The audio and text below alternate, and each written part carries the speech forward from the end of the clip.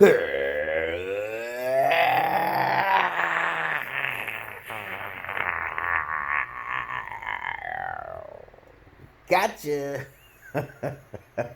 You thought I was gonna do my long ass intro, right? And a lot of people be trying to skip that number down there, but it's okay. If you have any comments, questions, insults, or roast, especially put it down below. And of course, I always talk about interesting topics that nobody on the internet talks about. But if I talk about it, then it will start becoming popular. In this video today, I am going to be talking about the origins of fucking evil. And of course, if you have any comments, questions, insults, or roast, especially put it down below. Please read the description of my needs and my wants and desires and donations and how you can get in touch with me. If you ask questions, you become more smarter. So let's begin. I believe, in my opinion, that evil comes from the lack of love, the lack of education, and also too much education. How is that possible? Why would you say too much education? And of course, even if a person receives too much love, there is a point somewhere to where if everything is perfect, just like you read in the Bible and then Satan was thrown down, okay? You got to understand, people come up with different ideas. Too much thinking can create evil as well. So you must find a balance to where you won't destroy the planet or anyone else around you. But if you do, life becomes perpetual anyway, because we're in the physical dominion, okay? So how can a person receive so much love create evil? Well, first of all, it depends on the history of that time and person and place in that dimension, especially if it's a physical form, okay? And receiving all this energy can create an overload.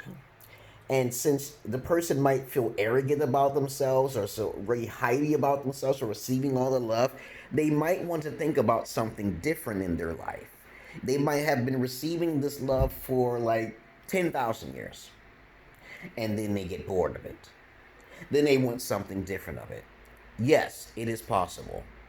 Homo sapiens cannot understand the idea of what infinity is. They can't. They can only make an hypothetical guess when it comes to those type of things, like infinity or black matter or how quarks works. You know, quarks in the matrix system, they have a limited capability. But understand this: too much of anything can kill you. All right, it can create evil as well. Unless you're contained in isolation. If you're contained to the point to where you're the beast within the dark box or the prism, okay, of your planet, okay, or someone has put you there, like Superman put these individuals. He was battling the kryptonites, kryptomanias, I think it was. He was fighting these, and he cast them away because they got trapped up in his special prison and shit, which is crazy to be thrown in space forever, ever, and ever. For causing chaos and shit. That's crazy. To be thrown in space forever is a terrible thing. Forever is a terrible thing. No God will ever want to do that. That is not nice.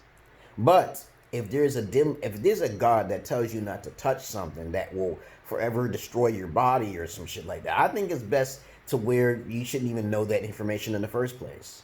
I think it should be kept hidden because people are curious, and curiosity usually kills the cat. Okay, so let's continue on.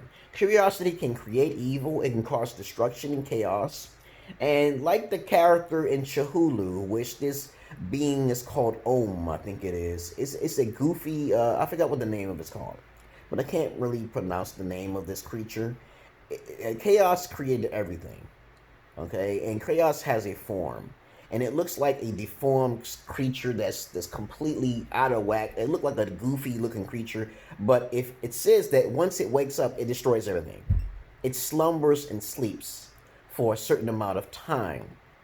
And then when it wakes up, you can read the Yellow King, as a matter of fact. It's in the Jehulu, document stories and stuff like that. I read a lot of books, and I can't possibly remember every goddamn book I read.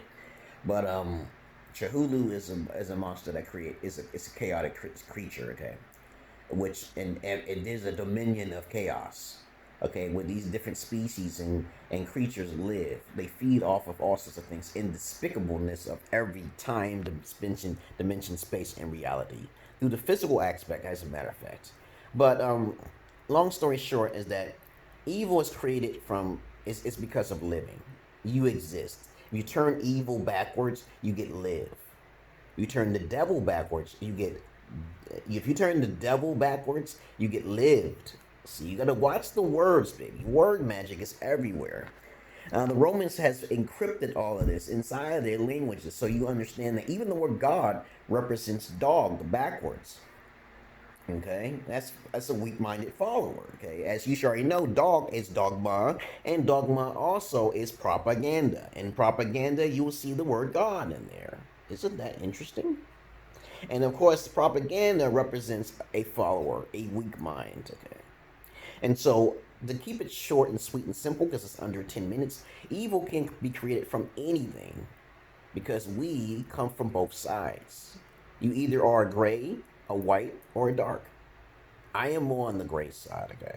I'm right in the middle, okay? I am perfect balanced because I don't like hanging with people, and then sometimes I do. Most people are children to me compared to my personification, my ID, my I am. Okay, because I'm not distracted by someone telling me who I am when I know who I am. Know thyself is more important to, expose thyself, okay, to the general masses of asses. But of course, let's see what else is there to say about evil. Evil is good, as a matter of fact, because if it wasn't for evil, we would not have these phones, you wouldn't have no entertainment, you wouldn't have no purpose. Now, though, there's some things I saw, like some movies in which it had nothing but romance. It was a perfect story. They came up with some different non-cliche situation, but that's rare in a dime a dozen. If you can create a story which there's no violence and there's no kind of war or blood or shit or any, that's a great thing. But most of the time, most people are not creative enough to do such a thing. But what will make it more exciting is chaos and sorrow and sadness. This is why we live in these shells, these physical shells. We live in these physical shells because of the chaos, the suffering, something different to experience. Because of our own what?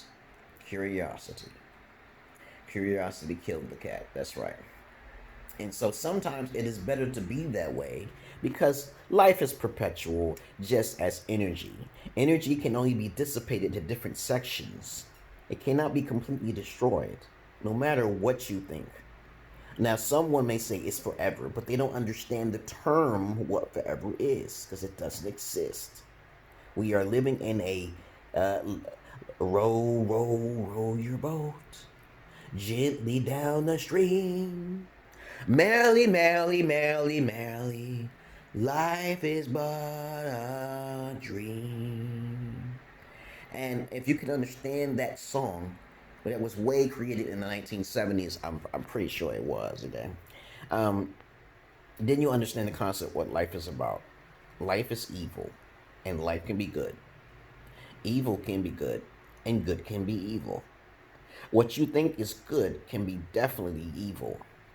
So it depends on the context of how you speak of what is good and what is evil.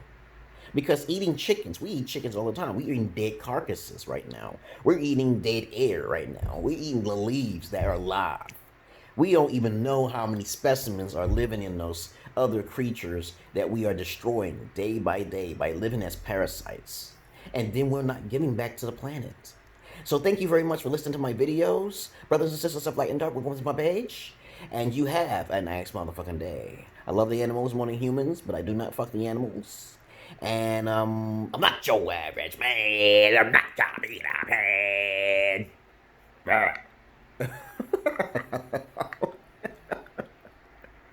Peace.